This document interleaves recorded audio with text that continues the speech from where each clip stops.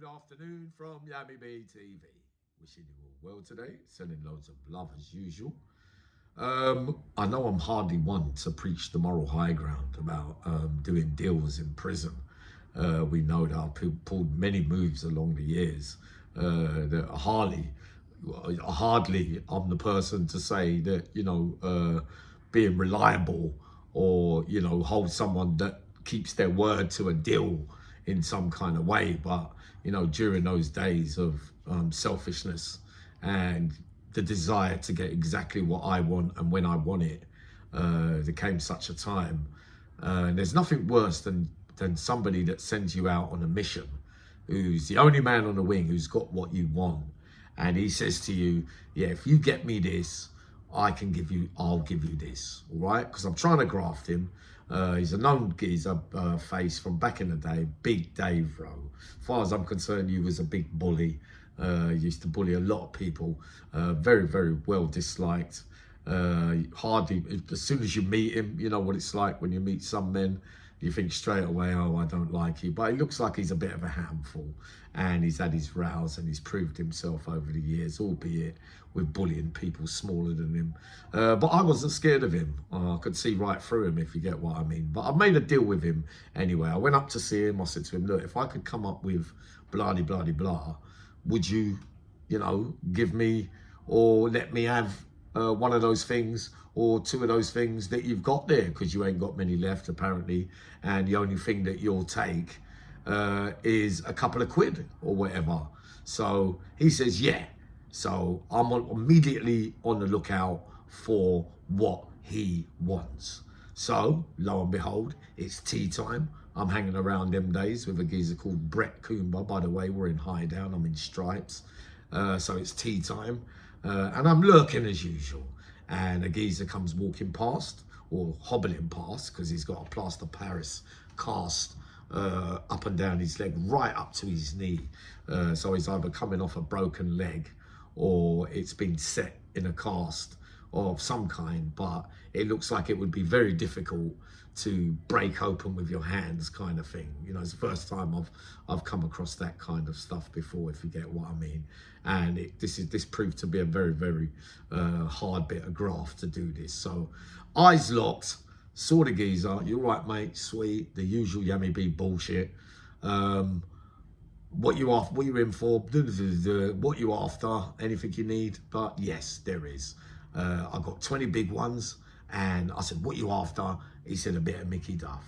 I said, right, straight away, Yummy B bullshit. Yes, I can sort that. He goes, the only problem is it's stuck in the plaster Paris. So I said, yeah, don't worry about that. It can be done. He goes, no, but I said, how far down is it into the plaster Paris? So you know that it can go all the way down to the bottom. So lo and behold, I had to call my mate Brett Coomber. We know we've only got an hour or so on association to get this job done. Like I said, the deal's already been done upstairs. That if I get hold of this, I've got what I wanted or what we want. So we go into the cell, and I missed dinner and everything, and we're using every single piece of tool or item to try and break open this cast so that we can reach what we want to reach, which would be the Bobby Moore, the score, right? So we're breaking it open, sweat dripping off our heads, everything. It looks like we're about to give up halfway through. I'm saying, look, mate, you sure this thing's in this cast? He's saying, yeah, I'm not going to make you do all this, mate. It's in there, trust me. So we carry on. So now we're getting near to the bottom, finally, after about 35 minutes, 40 minutes. And this continues, and I'm thinking, nah, this is, where is the thing? Don't tell me it's right at the bottom of the floor. And remember, there's a whole lot of mess on the floor as well.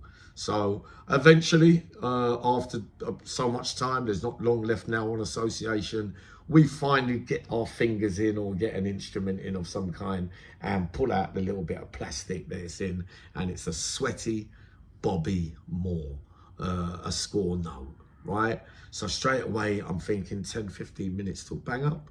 I need to get the rest of this done. So I've left Brett to do all the work. with the cleaning up of the kind of the cast and everything, and the poor geezer's left on the bed, sadly waiting for his bit, what he's waiting for out of the score.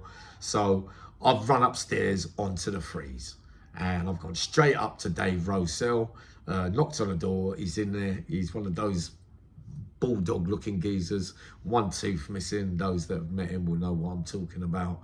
And I've said to him, look, I've got it, mate. Right, you ready? Oh no, I don't need it now. It's all right. I got someone else to sort it all out.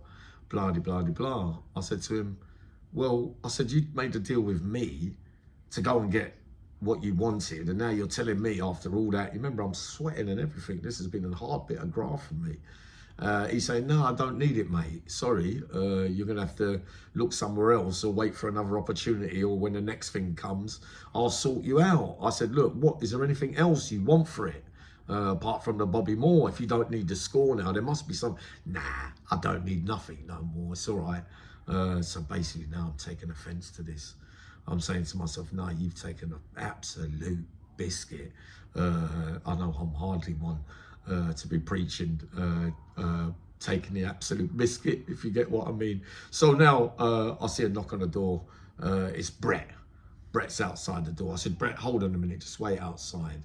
So I've turned around and I've said to him, listen, I said to him, I goes, nah, mate, I ain't having this. You've mugged me right off, and I want what you got. He's like, what are you trying to say? Who do you think you are? What do you want to know? Whatever and all that. So I said to myself, I was so angry at the time. I said, yeah, I do. Crash. Started backfighting with him a little bit.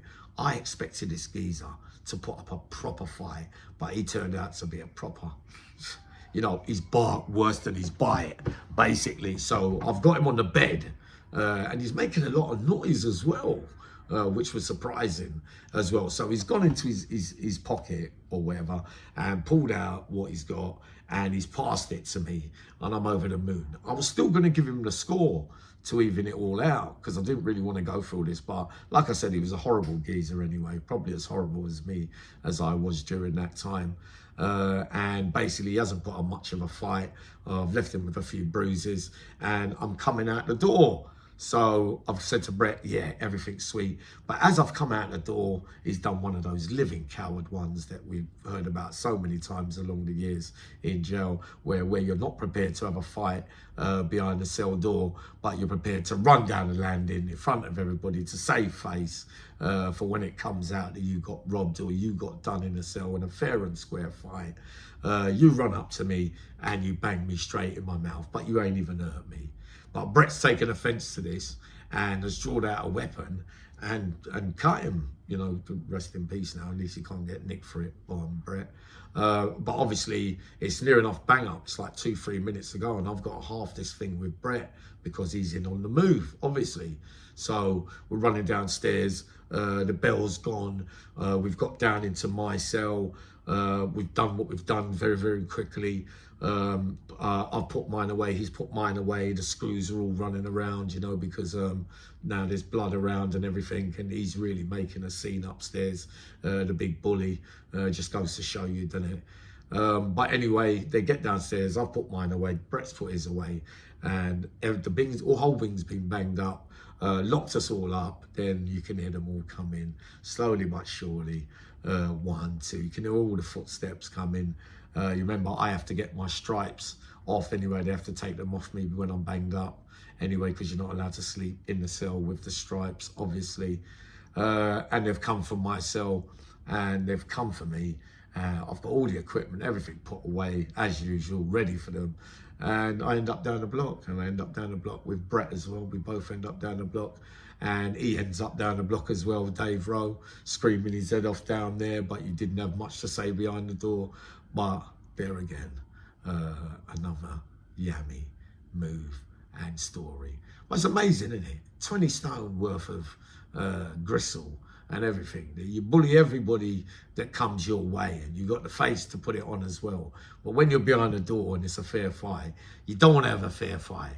You're not willing to put up a fair fight, or even put up a fight for yourself to protect your things. But you know, mugging someone off again, just simple like that. Yeah, go and do that, and then not that who am I to judge that you're mugging people off when basically I spent a lifetime doing it. But that's a story for this afternoon. Sending loads of love. Gonna definitely be back up today. Love you loads.